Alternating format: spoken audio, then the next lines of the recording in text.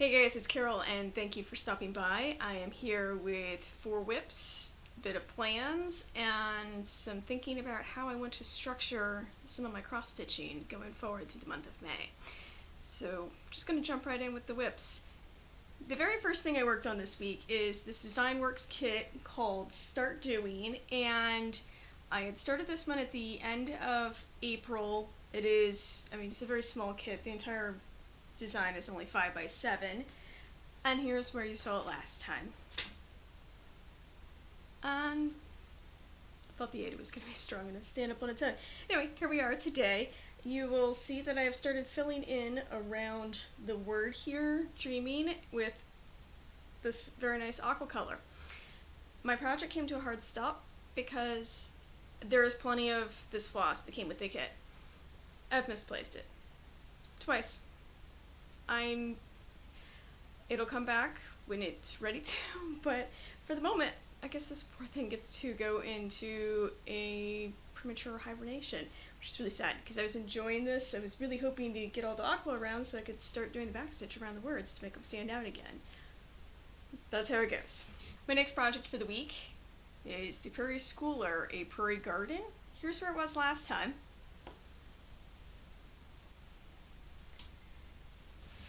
This is where it is today.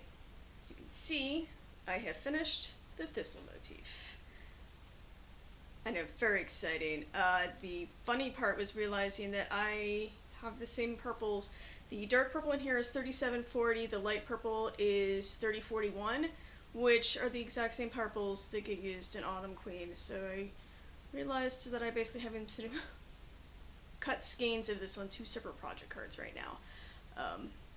Probably not my best plan, like I should have looked at that, but whatever. It's really, really pretty. The funny part is I don't particularly like thistles in real life. They're a real pain to get out of your garden, but in this case, it looks really cool. Worked on this one. This actually ended up being my travel stitching. One of the kids had a sports event, so we were sitting out in public, and while I was waiting for his turn to come up, pretty much got this one done. It's really happy with it. So I am planning on the next one is going to be this square, which is a rose. So we'll see that for next time, whenever this comes back out. I don't know how frequently I'm planning on touching this. It's not that it's a long stitch, but working on finishing out the thistle motif, I realized I actually have no idea how many crosses go into each set of flowers. So I think I'm not really giving myself enough time to get it done when I'm like, oh, this will be a fast stitch, and then it ends up eating way more time than I was expecting. So we'll get into that though with plans. Last time I talked about how I wanted to only do 2 Mirabilias in a week, with the idea that I'm going to be focusing most of my efforts towards Autumn Queen and then rotating the other starts that I did in Mirabilia March. So I was still finishing up where I was with Lady of the Mist, and so this one you saw last week, you saw again this week. So I am working in here. This is where she was last time. And this is what we're looking at for today. As you can see, I have added in some more of the darker greenish color here and started working up. This along here is the very edge of her glove. So there's a bunch of quarter stitches. So her glove is here, and her waist is actually right about the top of the stitching. So my plan is to continue to go up the torso, eventually basically get all the way to the top, and then come back down and fill down. It's the amount of progress since the last video. I counted everything because I was for this project because I was curious. And it was 179 stitches, so I guess I would have, in the end, liked to have done more, but this wasn't my focus for the week, so this is okay. My next project for the week, and this was my focus, and it is going to continue to be my focus until it's done, and this is Mirabilia's Autumn Queen, and here's where she was last time. And here she is today. Oh, I'm gonna have to start backing up in future videos. She's getting a little big, which not really a terrible thing if you think about it. I have been working on the cloak here. I am one row from the bottom. One. Which, by the way, that's really exciting for me because I love all this. I really, really, really, really want to actually put in her torso and her head. I saw someone's work on Instagram, and all they've done is they started at the top of her head and are working down, and she's just so pretty. And well, all this is pretty too. I think I want to actually see her face. I want her to be like a person and not just legs. But in the meantime, did I mention, basically at the bottom, this entire section right here is pretty much complete except for the obvious holes. You can see this swoops down a little bit more, but there's really not much more as far as what I'm seeing in the bottom, and that is, for me, this is a very happy thing. I am so thrilled with the amount of progress that I have been making on this by basically saying, yes, I'm going to work on her every week. So one of the things that I really started thinking about this week is I don't actually know how many stitches I put in over the course of a week. Now, you say, what does it really matter? Just work on what you want to work on. Okay, but one of the things I'm finding is that, like with my Mirabilias, I knew exactly what I was going to do because I told you last week.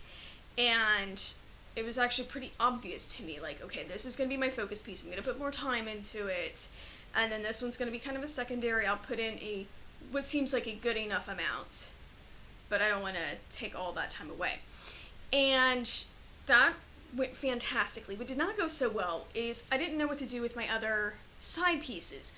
I mean, I know I said, hey, these are the things I'm thinking of working on, but I would do it. It was almost like by me saying, I'm thinking I'm going to work on it, that I'm refusing to commit. And then when the week goes along, I'm like, well, I did say in my video I'm going to work on this, so maybe I should, even if I'm not feeling it. Or it's almost like I want to stitch, but maybe I've been doing enough of the exact same colors, or I just want to do something a little different, and I haven't really figured out how to best do that. I hope that makes sense. So, given some thought, I'm like, okay, I realize I actually kind of need to plan a little more than I've currently been planning. So, we're going to go through the things that I think I'm going to work on, and then we're going to talk a little bit more about maybe how I should be thinking about what I want to do. So, first of all, I was pulling through some floss, and I realized that I grabbed some 924. It was on one of Floss Drop, and I was like, oh, I was just drawn to the color, but I really had no intention on pulling this one out this week, so I didn't. But anyway, well, I'll just go ahead and go over this. This is Modern Folk Embroideries Stitch Along 2020, a family patchwork sampler. Now, the other nice thing, I started this one. I started up in the corner. This is obviously part 1 of 12, so this is the January one, and yes, I have them all in the individual parts because I bought them basically along the way through 2020. But the May piece is right down here. So I was like, oh, this one almost makes sense to me. I'm just going to kind of keep going down and then do May for as long as May goes. And hopefully that works out pretty well. But it was really more, I was feeling that inspiration, and I don't have much of a start on this because this is all I got. Like, I would like to make it look a little more like an actual whip and not just hey, I started this just to start it. Because that's the other thing. I don't want a whole pile of starts that are just to start. I want them to actually be things that I can progress with. My Mirabilia in rotation for this week is going to be Winter Queen. This was my first Mirabilia new start for my Mirabilia March, and since then I have not put, really for the month of April, I think I picked her up once. I don't know why, no particular reason. I think it's just because I had so much other stuff and it got unfocused. But I'm really excited to get back to her, show you where she is today. And you'll note, this is her arm, her waist. I mean, I have a great color, as you can tell what's going on with this, the fabric. It's a very beautiful blue satin. But she has no hands. She has hands up here. Her head would be up where my hand is. And so what I really want to do is kind of keep working up towards giving her a face. And I don't know how many stitches I'm going to put in this week. So that's part of where I'm going to be focusing on figuring out what is a reasonable amount for me to put into my projects. So I will be keeping track, kind of like what I did with Lady of the Mist for the week. And then I gave it some thought and said, what else do I want to do as kind of my doesn't fit a theme type piece. So we have the stuff that's like the travel stitching. It's easy to transport because it doesn't have ever has a lot of floss. And so you have that. I have my Mirabilias, and I was like, okay, so I don't even know where these would like fit in for me to describe them. So what I actually ended up doing was looking at the various project cards that all my floss is. I have kind of a hodgepodge of floss storage right now, by the way. Half of it's on project cards, and like half of it's on bobbins. So I need to like make a decision. But and floss drops, because the stuff off of bobbins has been turning into floss drops when I don't feel like putting them on project cards. I mean, sure. But anyway, so the ones that were really talking to me color-wise is the card that I have for Ink Circles Tapestry.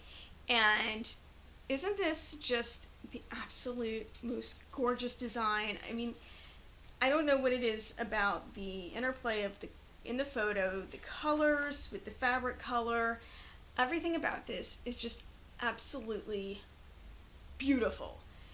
And it is not my favorite stitch. Like that, for me, that's actually one of the more frustrating aspects, is because I love it, but I don't love stitching on it. I hope that makes sense. So, I'll show you where I am with it right now. Last time I had touched it, I was working on these like weird like bird things or something right through here. So basically just kind of continue filling in between this flower and this flower. I want to make most of this arc right here finished before I proceed down and continue that in the clockwise manner in which I'm going around this project. I will say that I think one of the reasons that I struggle with it a bit is it's almost too abstract. I really love as I'm putting in stitches to have a really clear idea of what I'm going to see, and I really do prefer pictures. Mandalas, they're beautiful, but it's not really a picture. I hope that makes sense. So maybe that's why. So what I'm planning on doing is I'm going to just say flat 200 stitches and call it good and see how that works for my weekly whip goal. Now, that leads me to my next point.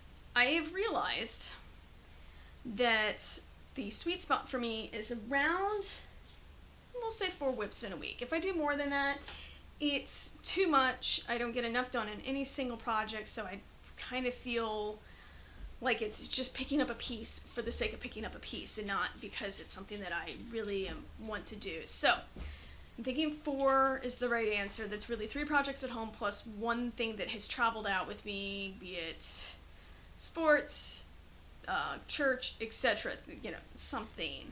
But the other 3 are like bigger projects that I would be keeping at home. So I had been tracking my projects using this. It's a cross-stitch journal from It's So Emma Stitchery, copyright the Fat Quarter Shop. And this is kind of a weird, I'll just show you, it's really cool because I've made a point of actually doing things like marking down what fabric I'm using, what size stitch count, having a start date. Start dates are really nice. I should, kind of regret that I have ones that I'm like, I don't know when I started because I didn't think to write it down. But I have all this space down here, and it's supposed to be like floss, time tracker, and notes. The problem is I don't really need this big of a space for the floss, because I don't really do that much by way of substitutions. But what I really need is to figure out this time tracking. And for the moment, I don't do a good job of that. I used to use index cards a long time ago. I actually liked the idea of knowing, oh, this is what a project looks like at 30 hours and 50 hours. The problem is I abandoned that method about 60 hours into a project, and mostly because I lost the index card. And then I wasn't taking photos along the way. I did not have a good watch the progress. The nice part, I'm taking basically weekly photos of my projects now, and that's helpful. But I don't know how many stitches I'm putting in. So it's easy for me to arbitrarily say, oh, I should do like 500 stitches in a project, but if I don't know how close that's going to get me to a goal, and I'm going to, give you an example. If I have like an autumn queen, I say, oh, I want to be done by October. It's just spitballing. I don't actually have an end goal for it. It'll get done when it gets done. And then I say, and I'm going to work on it for 500 stitches a week. It's not even going to get me to my goal. And I don't know, because I haven't sat down and actually figured it out for most of, pretty much everything I have on paper. And that's the thing. I only have one PDF chart, and I don't use pattern keepers, so I print it off and use a highlighter. Like, I'm old school like that. I really do keep meaning to try pattern keeper. I downloaded it on my phone, but I haven't done anything with it yet. Like, that's, future me's problem, not today me. But as a result, I just don't even know how far I am, so I'm kind of spitballing half the time. And if I'm saying like Autumn Queen, I'm thinking to myself, oh, she's about halfway done. She may actually be further along than halfway, because the top of the chart is actually less stitching than the bottom of the chart, but I have never sat down and figured that out. So this week I am actually going to sit down with all my charts and figure out about how many stitches they are. Okay, I say this. I went ahead and did that for Autumn Queen. And what I did, I just opened up the chart and I counted every square that didn't have, or in every square, it's every, the grid were 100 stitches. So per the stitch count, which is 184 by 286, it's like 47,000 stitches. Well, obviously, there's no stitching here, there's no stitching here, there's nothing here, and not a lot over here. This is just a bead rope. So we sat and figured this out after we're basically removing all of the squares of 100 that have no stitching in it, and the rough actual stitched count of this pattern is roughly 30,500. Again, very rough, because there's spots that also do not. I mean, if it had even one square of a symbol, I counted it. So even if it's 99 empty spaces, that one is enough that I kept it in here. But again, this is not about me trying to find the precise stitched area. This is about me trying to figure out roughly where am I and how far have I gone in progress. So that is something that I'm going to be doing, not for all of my projects at once, because that would be probably a little disheartening. It's for me to take the time, because I was working on this one. And so when I pick up Winter Queen, I'm going to do the same thing. Tapestry, same thing. And figure out roughly how far along am I, so that I can say, hey, percentage-wise, this is where I am. And if I do blank amount in the course of a week, this is roughly when my project is going to be done. And that, I guess the other thing is, I want to make sure that I'm not setting unrealistic goals for myself. So, gonna use, obviously, the unrealistic goal. When I randomly said, hey, I'm sure I can do this modern folk embroidery piece in less than a year. I mean, I'm sure I could if I made it my only project to really, buckle down on it, but it's not my only project, and I'm not going to put in the amount of time to make it be done this year, which is fine, but better for me to set a goal that is based in something resembling what I actually do on a weekly basis, and not just as oh, that sounds really good, and then have to say, not happening. That's what I'm trying to prevent more of. And also, to go with that, I don't know how much I stitch on any given week. I think it's somewhere between 2,000 and 3,000 stitches. But that's kind of more of a gut guess than an actual guess. So I'm going to keep track of that over the next few weeks, because I have some weeks where I get a lot done. Other weeks when I don't, so I kind of want to get an idea what my actual average is. And then from there, use that to kind of help in planning what projects I'm going to work on. Because I do know for all of these, roughly how much time that in a course of week I'm going to want to spend on it, proportionally. Okay, using this one and this one. I am going to want to spend more time on Autumn Queen, not just because she's my focus piece, but because I just literally enjoy stitching on her more than I enjoy stitching on this. But I want to have progress in both of them, so I need to figure out, hey, what is the right answer? Is the right answer I say that my focus Mirabilia needs 1,000 a week, and my not focus Mirabilia needs 500, or maybe it only needs 250, and maybe I say, oh, and like the random, I don't know, I'm gonna have to figure out what I'm gonna call the non-thematic piece, like, yeah, and I'm gonna do 500 in this. I mean, I don't know. It's just something that I'm hoping to figure out over the next few weeks, because in the end, you can't improve the things that you don't even know what you're doing in the first place. It's that dreaded word, metrics. If you don't measure it, you have no idea what you can change and do better. And in the end, like I said, if you just even have to know what you're doing in the first place before you can say arbitrary improvement. If I said, oh man, I'm going to do 5,000 stitches a week, well, if I'm already doing 4,500, which I'm not, by the way, but if that were already the case, it'd be easy for me to say, oh yeah, I can probably, do a little 10% extra, knowing that it only would add up to rough amount of time. I don't know how fast I stitch, like, I don't even know rough stitches per hour. I mean, all of these things, but because I have no idea, I can't even make a good informed guess. So, out of all of that, what I'm really kind of hoping to do over the next several weeks, and, please put up with me if I seem a little spazzy about it, but I'm trying to improve, and it's not even about more production. That makes it sound like this is like work. It's that I get motivated by seeing progress. Part of seeing progress is planning for progress and setting myself up to do well and get a good... I feel like what I really need to do is, right now it's a lot easier to start things, and I get that rush of, ooh, that's why I was feeling starteritis. It's because when you're doing a new start, it's like super awesome and rewarding. Well, you get that same, if not actually more so, reward on the finishing a piece, but I've had a lot more, my start to finish ratio right now is very heavily weighted at starts, so I'm trying to figure out basically what can I do to create finishes so that maybe make all of my projects like, I don't guess, like a well-oiled machine where I'm starting stuff, I'm also finishing stuff at the same time, so that I don't become overwhelmed with whips. That's something else I don't want to do. I'm pretty sure that what I have right now is actually a good amount. If anything, I could probably do a couple more.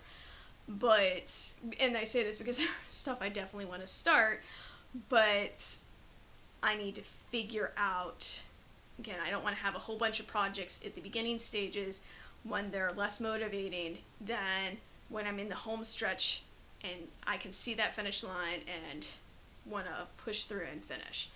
So that's, I don't know. If you guys have any thoughts, suggestions, things that have worked out really well for you, please share them with me in the comments. I would love to know, because this is me saying, I don't know right now, and it's something that I want to do better with in the future.